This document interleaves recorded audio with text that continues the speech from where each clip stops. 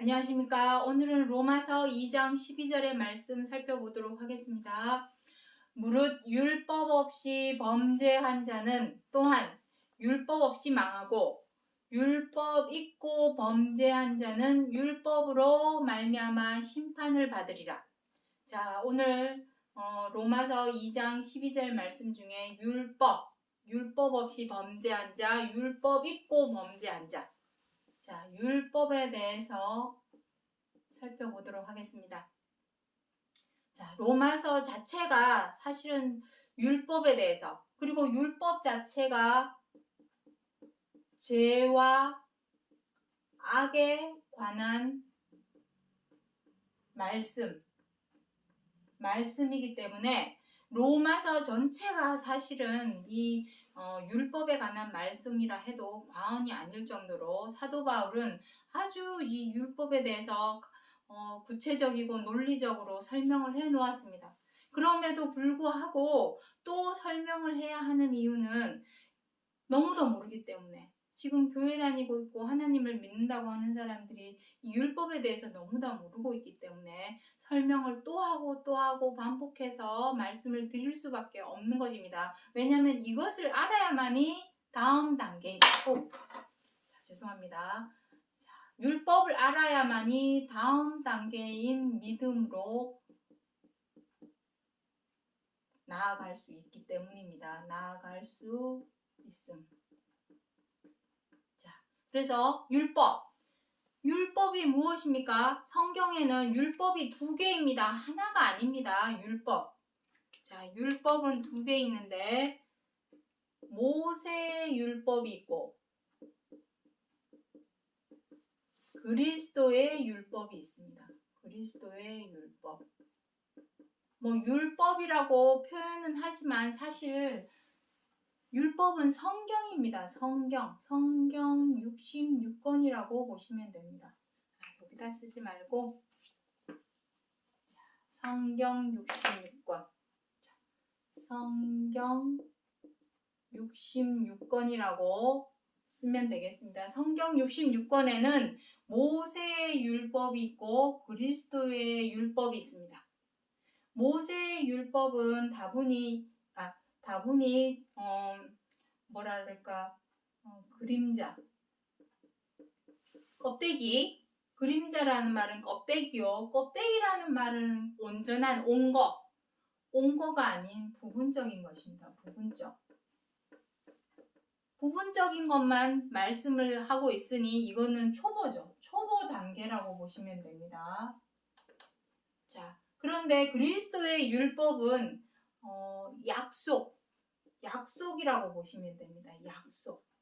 이 율법은 천지 차이입니다. 사실 같은 율법임에도 불구하고, 같은 성경 66권 안에 기록되어 있는 말씀임에도 불구하고 모세 율법과 그리스도 율법은 천지 차이입니다. 약속은 이루기 위해서 있는 것이죠. 그래서 그림자로 말씀하시던 것을 실물, 차명상을 말씀하는 것입니다. 밝히. 모세 율법에서 밝힐 수 없었던, 그림자로만 보여줄 수밖에 없었던, 부분적으로만 설명해 줄 수밖에 없었던 것을 그리스도의 율법을 통해서 차명상, 밝히 알려주게 되는 것입니다. 밝히 알려주니 이것은 부분적인 것이 아니라 온전한 것이요, 초보 단계가 아니라 장성한 단계, 대학 말씀이라고 보시면 되겠습니다. 그러한 차이가 있는데 중요한 것은 여기서 뭐라 합니까? 율법 없이 범죄한 자, 그리고 율법 있고 범죄한 자, 이렇게 지금 나뉘어지고 있습니다. 자, 율법은 그냥 성경이라고 보시면 됩니다. 율법, 이거는 성경이라고 보시면 됩니다. 성경 없이 범죄한 자, 성경이 없다라는 말은 안 믿는다라는 말이겠죠. 믿지 않는 사람이 범죄한 자는 또한 율법 없이 망하고 성경 없이 망한다는 것입니다. 자,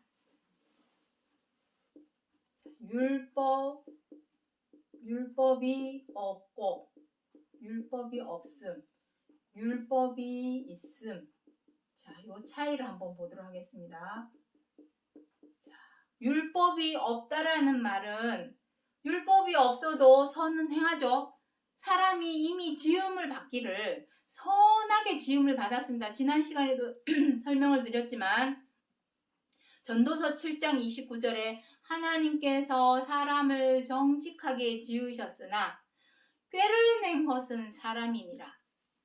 하나님께서 사람을 아주 선하게 지으셨는데 사람이 그 자유의지로 악을 택한 것이죠.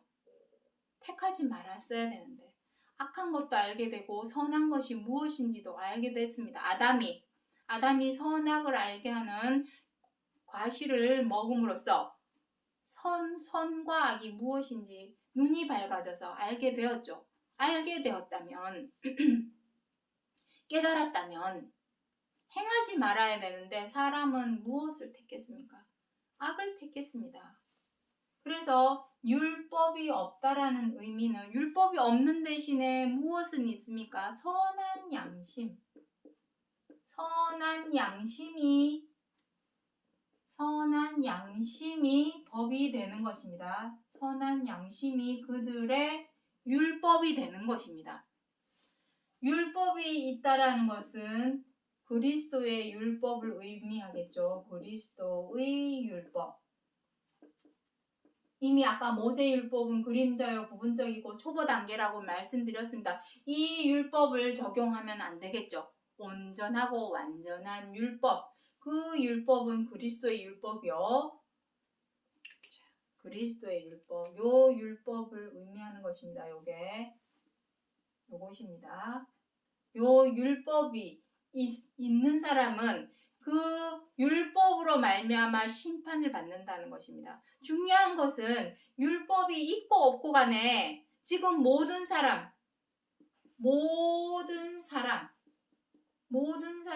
어디에 굴복하고 복종하고 있습니까? 썩는 것. 모든 사람이 썩는 것, 죽는 것에 굴복하고 있습니다. 무엇 때문에? 썩게 만들고 죽게 만들고 죽게 만드는 것은 죄와 악밖에 없습니다. 이 죄와 악이 썩게 만들고 죽게 만드는, 부패하게 만드는 역할을 합니다. 이미 여기 굴복하고 있죠. 모든 사람이 하나님을 믿고 안 믿고를 떠나서 율법이 있고 없고를 떠나서 모든 사람이 이미 썩는 것과 죽는 것에 굴복을 하고 있다는 것은 이미 심판을 받은 상황입니다. 하지만 이 심판이 완전히 끝난 심판이 아니라 로마서 9장 28절에 하나님께서 무엇이라고 하시냐면 모든 것을 이루시고 끝내시리니 하나님께서 성경 66권에 그려놓으신 빅 픽처 그리고 계획, 하나님의 계획은 다 있으시겠죠. 그 계획이 온전히 이루시고 끝내시는 시점,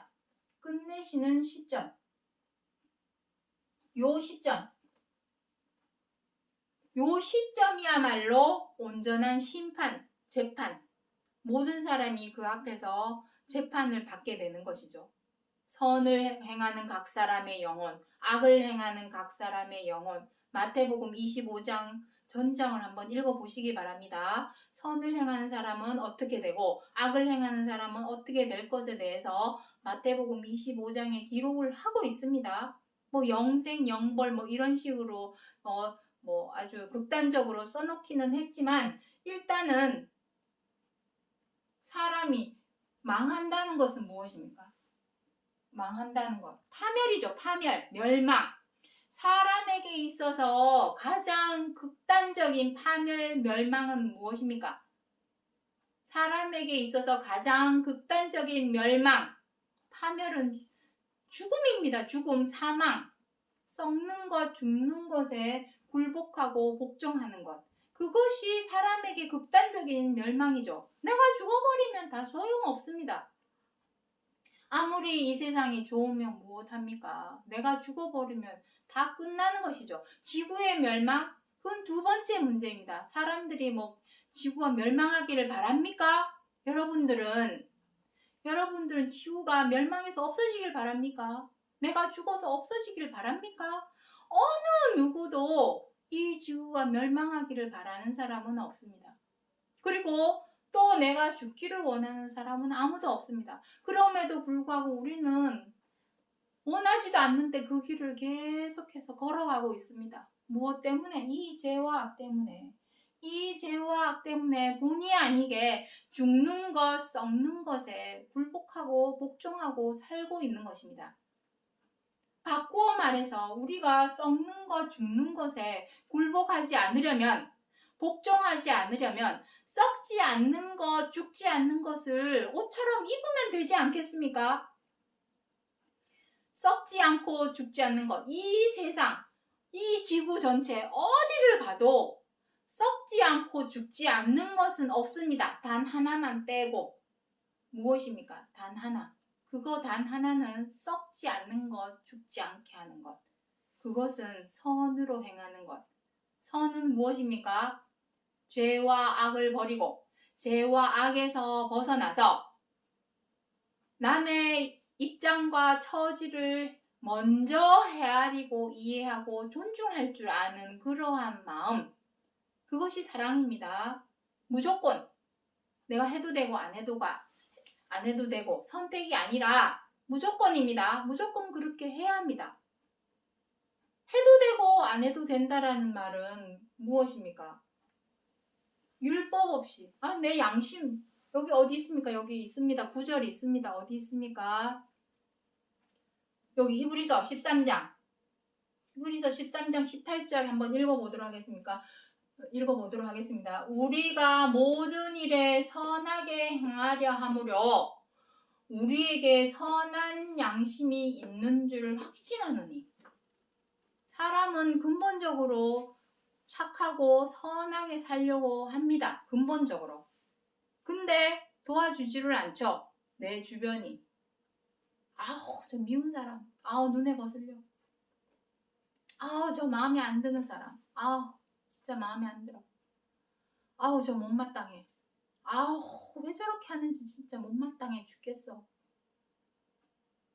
나를 가만 내버려 두지 않죠. 선한 양심으로 나는 행하고 싶은데 내 눈앞에 있는 것들이 나를 선한 양심으로 행하지 못하게 만듭니다. 그게 이유가 될까요? 핑계가 될까요? 합리화할 수 있을까요? 선한 양심은 있다면 끝까지 선한 양심으로 밀어붙여야죠. 내가 비록 저 사람이 미워도 마음에 안 들어도 못마땅해도 언짢아도 그 모든 것을 한 번에 싹둑 잘라버릴 수 있는 방법이 있습니다. 이해만 하면 됩니다. 상대방의 입장과 처지를 이해하고 존중해 주려는 마음만 있다면 계속해서 선한 양심으로 행할 수 있습니다. 왜 제가 이 말을 드리냐면 모든 사람이 기본적으로 마음속에 선한 양심도 있지만 악한 양심도 있기 때문입니다. 자, 이 부분은 지우도록 하겠습니다. 선한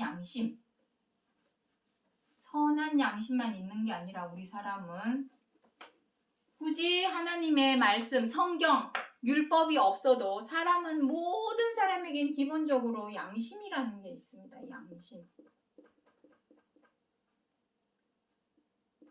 양심도 두 가지입니다. 선한 양심이 있는가 하면 악한 양심도 있습니다. 악한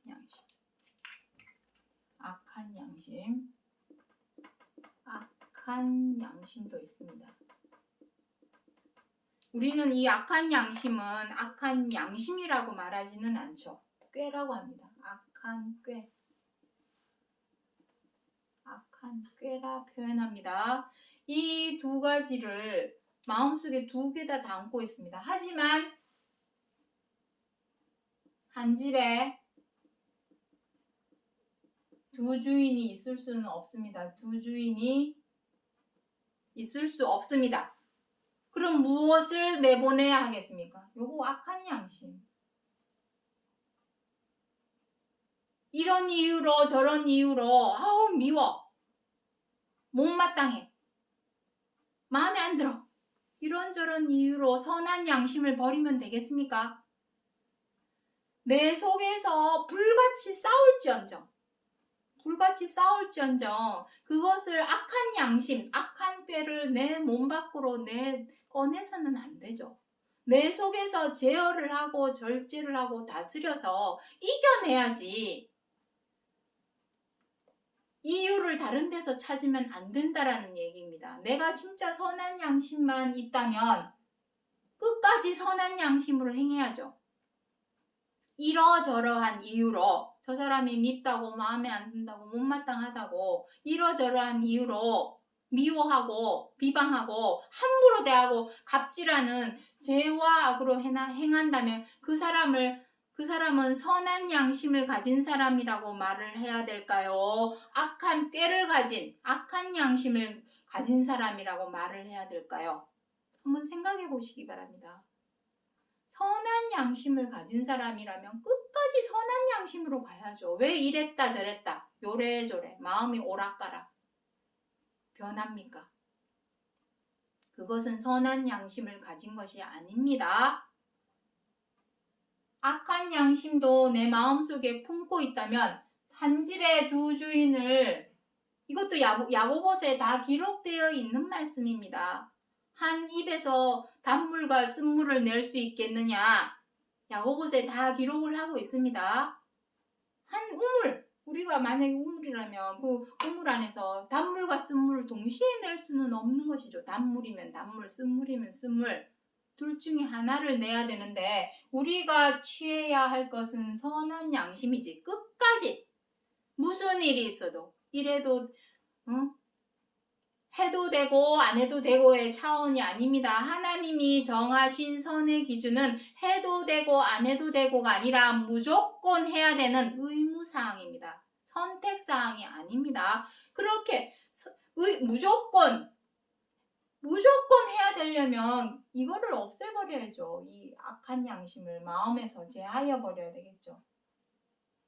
제하여 버리려고 하는 노력 1단계 노력 2단계 이겨내야 되죠. 이겨내고 유월을 해야 되겠죠. 뛰어넘으란 얘기입니다. 죄와 악을 뛰어넘으십시오. 유월을 해야 됩니다. 유월을 해야만이 3단계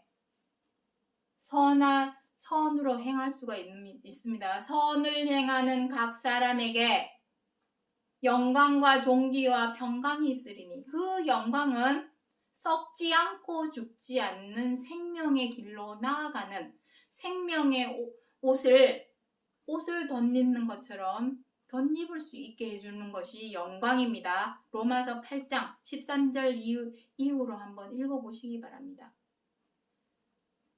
생명, 썩지 않고 죽지 않는 생명으로 나아가기 전에 먼저 순종이죠. 순종, 하나님의 법, 선을 행하는 것에 순종하는 것이죠. 그 다음에 4단계가 생명으로 나아가는 것입니다. 이것이 반드시 있어야만이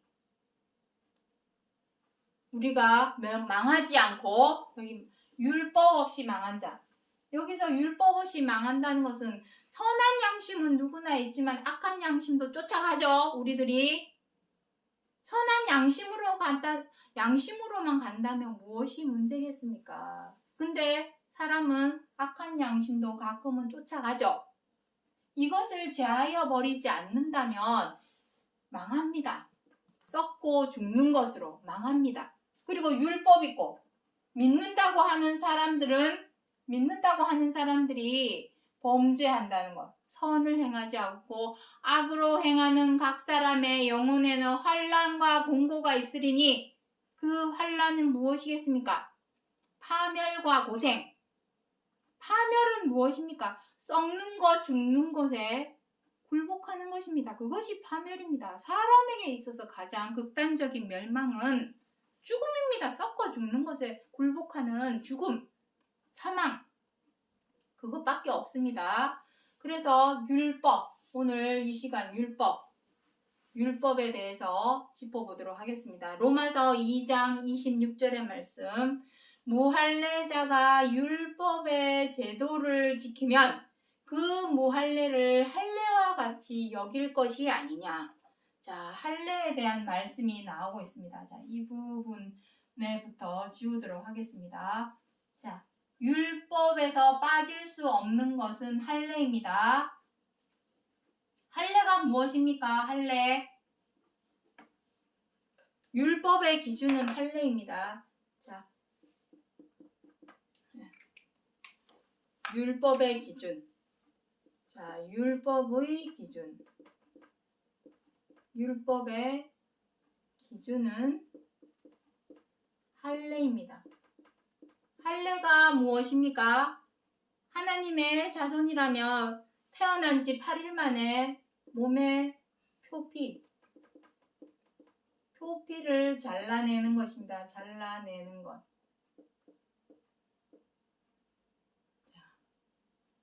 생식기 부분을 잘라내는 것이죠.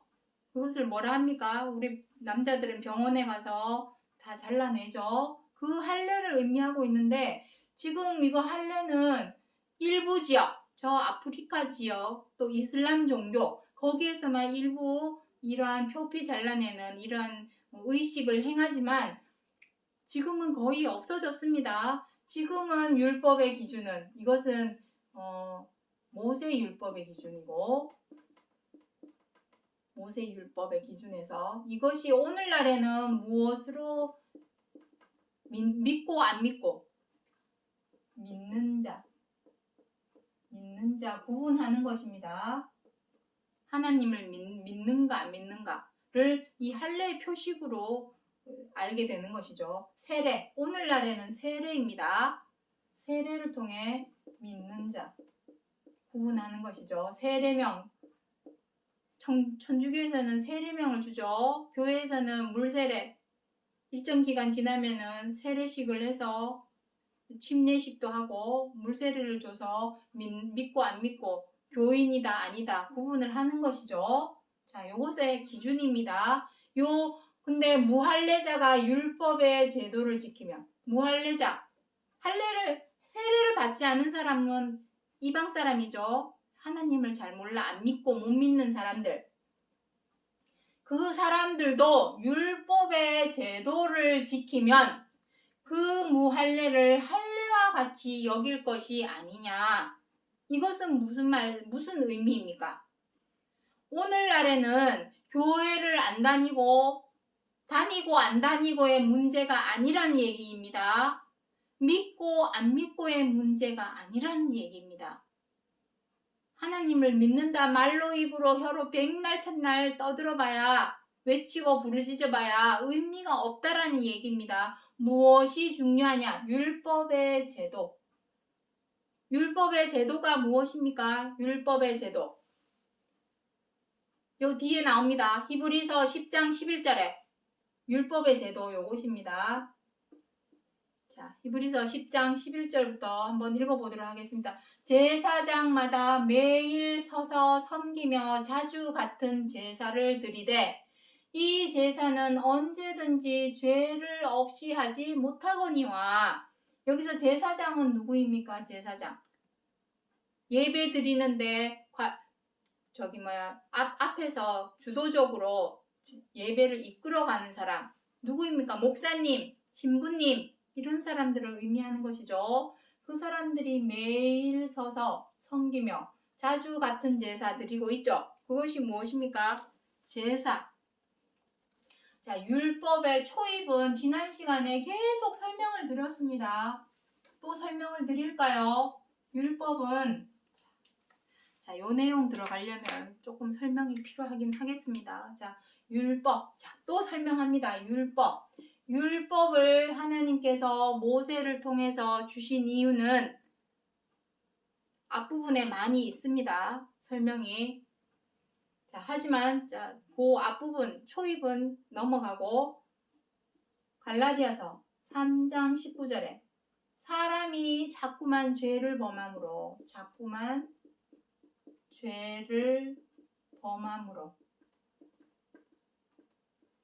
율법을 주신 것입니다. 이것이 죄다. 저것이 죄다. 율법에서 우리 나라마다 저게 있죠. 규율이 있습니다. 규율을 통해서 저 사람이 징역형인지 아닌지 다 이렇게 그 기준에 따라서 하는 것처럼 율법이 그것입니다. 규율입니다. 하나님 나라의 법, 하나님 나라 천국, 각 나라마다 법이 다 있습니다. 로마에 가면 로마의 법을 따르라.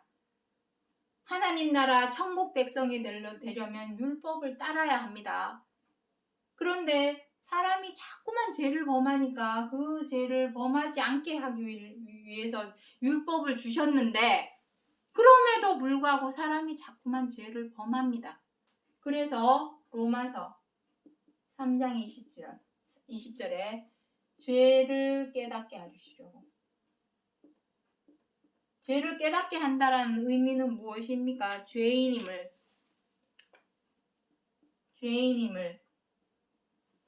악인임을 깨닫게 한다는 의미입니다. 죄인임을 악인임을 깨달았다면은 사람이라면 어떻게 하겠습니까? 용서를 구하겠죠. 쉽게 말해서 어린애가 엄마가 하지 말라는 행동을 했습니다. 그러면은 그 어린아이는 엄마한테 어떻게 하겠어요? 엄마 잘못했어요. 용서해 주세요. 그러죠? 그것과 같습니다. 용서와 죄사함을 구하게 하시는 거죠. 그 구하게 하는 방법으로 무엇을 주셨냐면 제사와 희생제물을 올리게끔 했습니다. 희생제물. 이것이 오늘날 예배와 헌금입니다. 다시 말해서 율법의 행위입니다.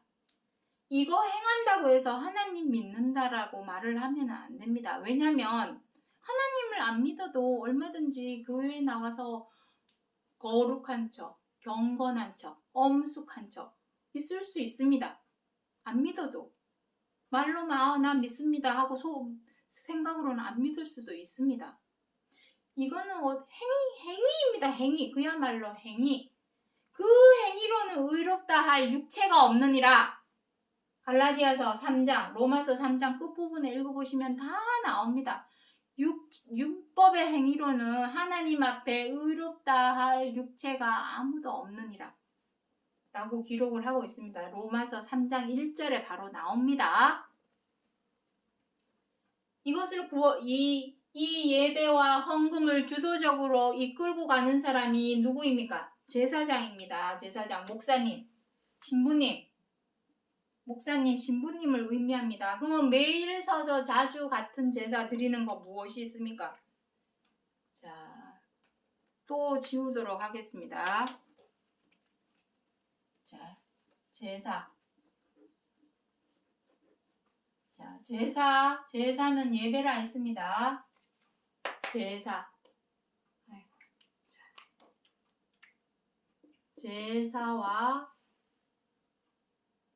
제사와 희생제물. 이것이 오늘날 예배와 헌금입니다. 예배와 헌금. 이것을 주도적으로 제사장은 예배를 주도적으로 이끄는 사람 누굽니까? 목사님, 전도사님, 목사님, 신부님을 의미합니다. 목사님, 신부님. 이들이 하는 제사가 무엇입니까? 매일 서서 섬기며 자주 같은 제사 무엇이 있습니까? 새벽 예배, 또 수요 예배. 같은 제사 매번 드리고 있죠. 금요 예배, 금요 철야 예배, 주일 예배. 이 외에 또 있습니다. 부활절 예배. 추수감사절 예배, 성탄절 예배, 부흥집회, 금식 예배 많이 있습니다. 이 모든 것을 다 말합니다. 이것으로 무엇을 합니까? 이 같은 제사로는 언제든지 죄를 없이 하지 못하거니와, 왜냐? 율법의 행위에 불과하기 때문입니다. 율법의 행위. 쉽게 말해서 이 희생제물, 헌금, 나를 대신할 수 있는 거 있습니까? 희생제물이라고 하는 것은 내 죄와 악을 대신해서, 나를 대신해서 희생 바치는 제물, 바치는 제물을 의미합니다. 나를 대신해서 바칠 수 있는 게 무엇이 있을까요? 없습니다. 없습니다. 율법의 행위로 그렇게 하는 것이지 정말로 바쳐야 할 것은 나죠. 그리스도는 직접 자신을 하나님께 바쳤죠. 나 자신을 바쳐야 합니다. 어떻게? 다시는 죄를 범하지 않으려고 노력을 해야죠. 실질적이고 본질적이고 현실적인 방법. 그것이 바로 그리스도의 율법입니다. 아까 1단계 무엇이라 했습니까? 노력. 다시는 죄를 범하지 않으려는 노력. 1단계. 2단계는 무엇입니까? 그 노력을 통해서 죄와 악을 이겨내야 됩니다. 이겨내서 죄와 악에서 빠져나와야 됩니다. 유월을 해야 됩니다. 초월을 해야죠. 넘어야 됩니다. 죄와 악을 뛰어넘어야지만이 그 다음에서야 비로소 온전히 무조건 해도 되고 안 해도 되고 한 선택사항이 아니라 무조건 선으로 행하는 사람이 될 수가 있습니다. 내 마음속에 선한 양심과 악한 양심이 한 집에 두 주인이 있을 수 없는데 두 주인을 다 함께 모시고 있다면 내가 필요에 따라 기분에 따라 내 마음대로 때로는 선한 양심으로도 행하지만 내 기분에 따라 악한 양심으로도 행하게 되는데 그 사람을 과연 선한 양심을 가진 사람이라 말할 수 있을까요? 온전히 둘 중에 하나는 없애버려야 합니다. 그래야만이 온전히 선으로 행하는 사람, 선한 양심을 가진 사람이라 말을 할 수가 있는 것입니다. 지금 뭐 설명하다가 여기까지 왔죠? 죄를 온전히 없이 할 수 없다라는 것입니다. 율법의 행위로는 희생제물, 나를 대신할 수 있는 것은 아무것도 없기 때문에 내 스스로가 진정한 제물이 되어야 되겠죠. 어떻게? 없애야죠. 죄와 악을 없애야죠. 내 마음에 있는 죄와 악을 불살라 없애버려야죠. 번제. 하나님의 대표적인 제사법에 무엇이 있습니까? 번제. 번제가 무엇입니까? 불살라는 것입니다. 불살라. 불살라 올리는 것이죠. 왜 불살라 올릴까요? 내 죄와 악을 온전히 불살라 없애버려야 되기 때문에 그것이 진정한 희생 제물입니다. 하지만 형식적으로 헌금, 나를 대신해서 헌금을 낸다고 해서 내 마음속에 있는 죄와 악이 없어지고 사라질까요? 절대적으로 없앨 수가 없습니다. 언제든지 죄를 없이 하지 못하거니와, 이것이 바로 첫 언약입니다. 이것이 첫 언약.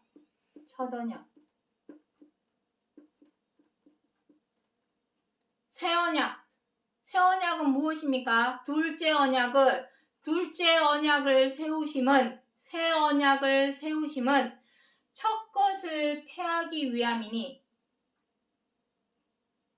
자, 히브리서 10장 16절에 보도록 하겠습니다. 그날 후로는 세울 언약이 이것이라 하시고 내 법을 저희 마음과 생각에 기록하리라 하신 후에 저희 죄와 불법을 다시 기억지 아니하리라 하셨은즉 다시는 죄를 위하여 제사 드릴 것이 없느니라.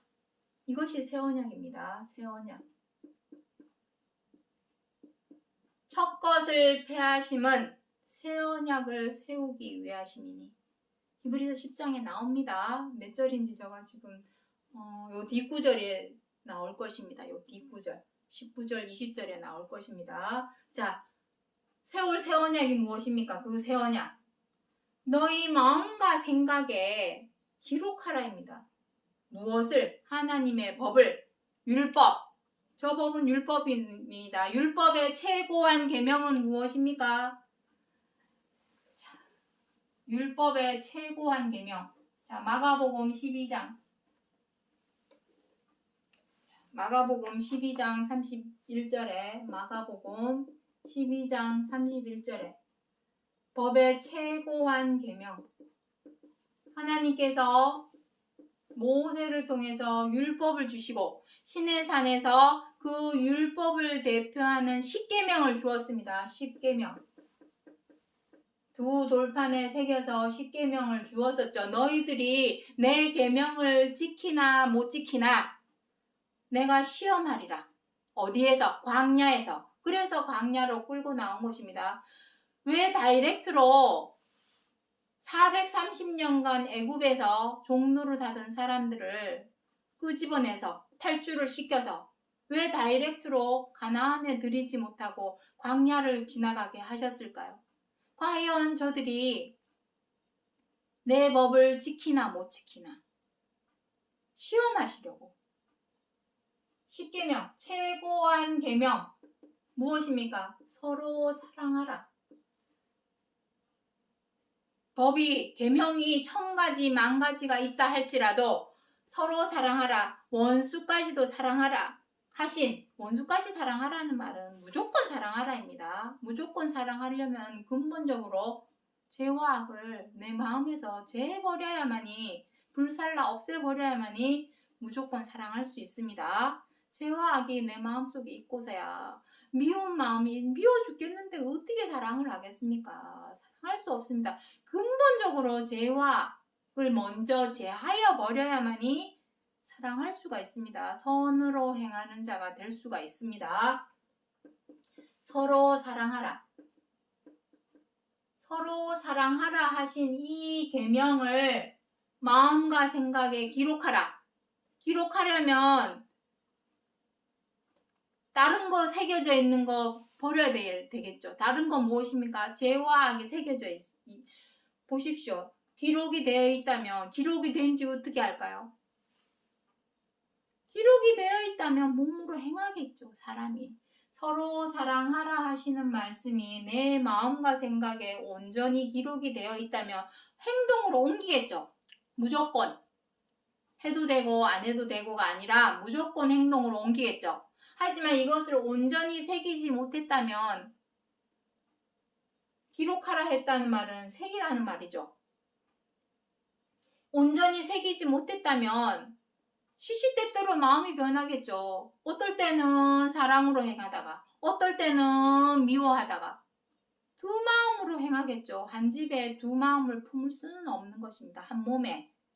한 집에 두 주인을 섬길 수 없듯이 한 몸에 두 마음을 품을 수 없는 것입니다. 하지만 우리는 두 마음을 품고 있죠. 욕심입니다. 요럴 땐 요렇게 행하고 저럴 땐 저렇게 행하고, 얼마나 제 마음대로, 제 욕심껏, 제 마음껏 우리는 지금까지 그렇게 행해왔습니다. 하지만 둘 중에 하나는 제하여 버려야 합니다. 제하여 버려야 될 것은 악한 양심, 죄와 악, 이것을 제하여 버려야만이 이것이 마음과 생각에 새겨지겠죠. 이걸 새겨서 행하면은 어떻게 한답니까? 다시는 죄와 불법을 다시 기억지 아니하리라. 이제는 죄인이 아니요, 악인이 아니요, 무엇이 되는 것입니까? 의인, 선인이 되는 것입니다. 의인이 되었고 선인이 되었다면 다시는 죄를 위하여 제사, 예배 드릴 필요 없겠죠?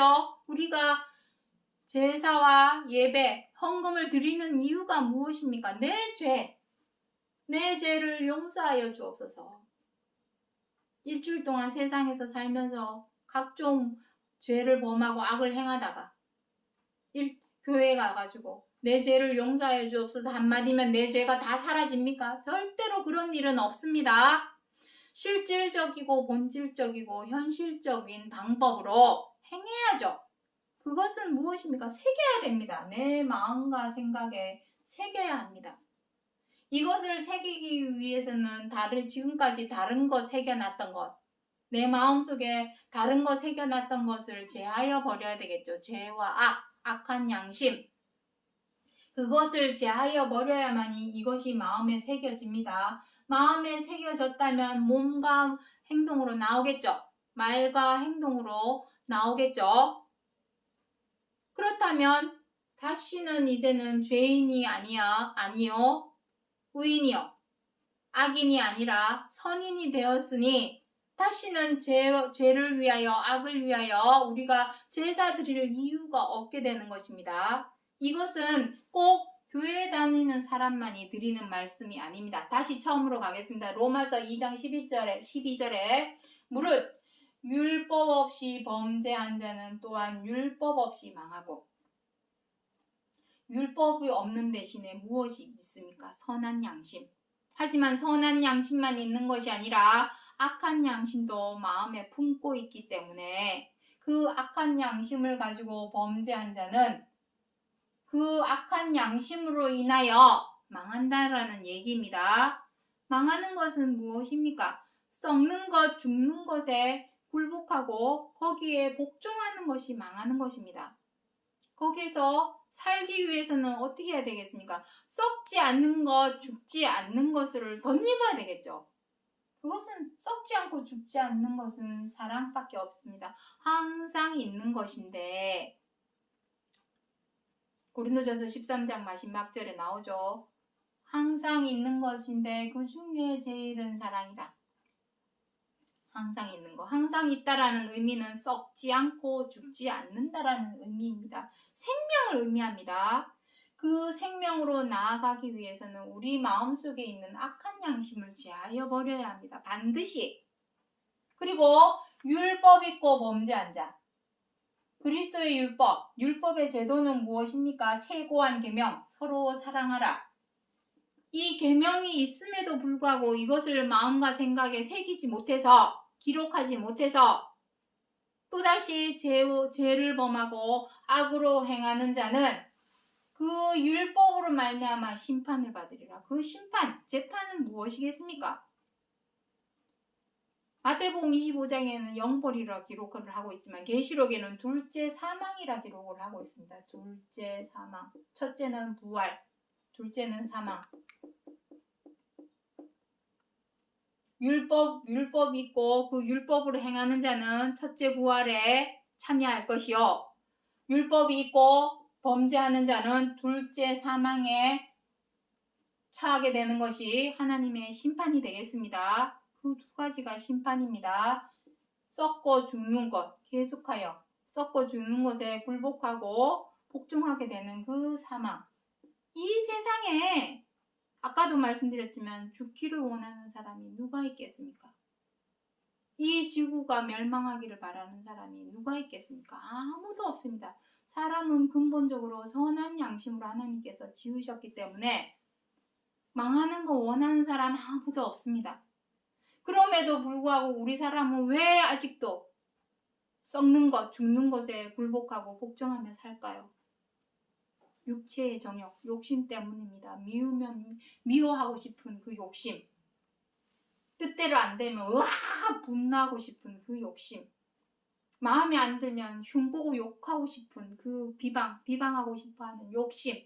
그 육체의 욕심, 정욕. 그것 때문입니다. 그것만 제하여 버리면 됩니다. 어렵죠? 마음은 바꿔먹기는 쉬운데 그것을 바꿔먹은 마음으로 행동으로 옮기기까지는 시간이 좀 필요합니다. 그래서 노력이 필요하다는 것입니다. 그 노력이 49%에서 50% 넘어서 51%만 되면 쉬워집니다. 근데 49%에서 헤매고 있으면 너무 어렵습니다. 그 노력이 악에서 선으로 넘어가는 그 퍼센테이지가 49%면 어렵습니다. 50%를 넘겨서 단 1%라도 선한 양심으로 내가 기울게 된다면 그때부터는 쉬워집니다. 노력을 한번 해보십시오. 그 노력을 통해서 썩지 않고 죽지 않는 생명을 덧입게 해주신다는데 뭐가 두렵습니까? 믿져야 본전 아닙니까? 솔직히 믿져야 본전. 아이, 영생 그런 거 없어. 아, 믿져야 본전 아닙니까? 내가 믿어서 내가 이거 뭐 믿진다고 뭐 본전밖에 더 되겠습니까? 한번 믿고 행동으로 옮겨 보십시오. 뭐가 걱정입니까? 사람이 죽기를 원하지를 않는다면, 지난 시간에 베드로전서 3장 10절에 생명을 사랑하고 좋은 날 보기를 원하는 자는 악한 말을 금하고 계율을 그쳐서 악을 변하여 선을 구하고 화평을 구하여 이를 쫓으라. 우리 모두는 다 생명을 사랑합니다. 죽기를 원하는 사람 아무도 없습니다. 그렇다면 노력을 하셔야죠. 악한 말을 그치려고 노력을 해야죠. 그 혀로 계율한 말을 하지 않으려고 노력을 해야죠. 악을 변하여 선을 구하려고 노력을 해야죠. 그러한 노력을 없이 무엇을 바랍니까? 자, 오늘 제목 읽고 마치도록 하겠습니다. 만일 의롭게 되는 것이 율법으로 말미암았으면 그리스도께서 헛되이 죽으셨느니라. 그리스도께서 죽으신 것은 무엇에 대하여 죽으신 것입니까? 십자가의 죽으심. 그 죽으심은 진짜 이렇게 십자가에 매달려서 죽으심, 그거 보여주려고 한 것이 아닙니다. 죄에 대하여, 의에 대하여, 죄에 대하여, 악에 대하여 죽으심을 십자가 형틀로 보여주신 것입니다. 차명상은 죄에 대하여, 죄와 악에 대하여 죽으신 것입니다. 죄와 악에 대하여 죽어야만이 온전히 선으로 행하는 사람이 될 수 있기 때문에, 그것 때문에 죽으셨는데, 만약에 율법의 행위로 내가 주여 용서하여 주옵소서 예배 한번 하고 헌금 내고 이래서 내 죄의 악이 사라진다면 굳이 그리스도께서 죄에 대하여 악에 대하여 그렇게 막 벗어나기 위한 노력을 할 필요가 있었을까요? 없었다라는 것입니다. 자, 그래서 오늘 로마서 2장 12절에 율법 없이 하나님 안 믿는 사람이라 할지라도 그 양심이 그 사람을 망하게도 하고 성하게도 하고, 하지만 하나님을 믿는다고 하는 사람은 그 율법의 제도의 최고한 계명, 제도를 새기고 안 새기고에 따라서 심판을 받고,